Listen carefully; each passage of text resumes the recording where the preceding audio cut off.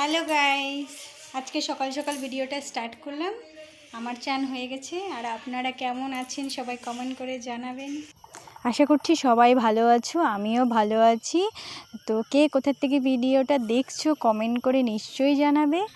আজকে আমার মা কাকি ওরা ঘুরতে আসবে আমাদের বাড়িতে ইনভাইট করতে, কারণ সামনে জামাই ষষ্ঠী।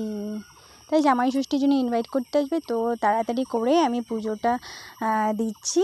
অলরেডি আমার সব কিছু রেডি হয়ে গেছে, রেডি করে নিয়ে পুজোটা দিয়ে দিলাম।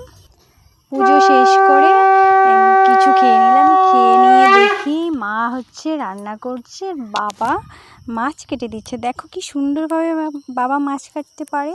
তো বাবা মাছ কাটা দেখিয়ে দিলাম একটু, বাবা জানতেও পারেনি যে আমি ভিডিও করেছি।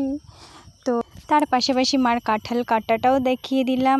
আর মোটামুটি আমাদের সব রান্না হয়ে গেছিলো, তো এটা লাস্ট ছিল। তো তাড়াতাড়ি করে মা রান্নাটা কমপ্লিট করতেছে। অলরেডি মা ফোন করে দিয়েছিল যে ওরা রাস্তায় আছে, তো চলে আসবে আর কিছুক্ষণ পরে। তাই মা তাড়াতাড়ি করে শুকনো মাছের পুলি, যেটাকে বলি আমরা, জানি না তোমরা কি বলো, তো আমরা ওটাকে পুলিই বলি শুকনো মাছের। তো সেটা মা তাড়াতাড়ি করে বানাচ্ছে।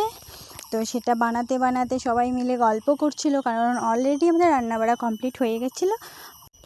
মা কাকিদের আসার সাথে সাথেই গরম গরম খাবার দাবার দিয়ে দিলাম। সবাই খেতে খেতে গল্প করছিল, মা কথা বলছিল, আমরা সবাই মিলে খাবার দাবার শেষ করে তার মাঝখানে আমার বিয়ের ভিডিও দেখছিল।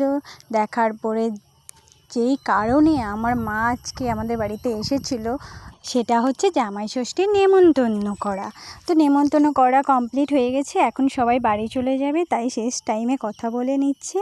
আর আমিও আর ভিডিওটা বাড়ালাম না, তাই সবাইকে বাই, সুস্থ থেকো, ভালো থেকো।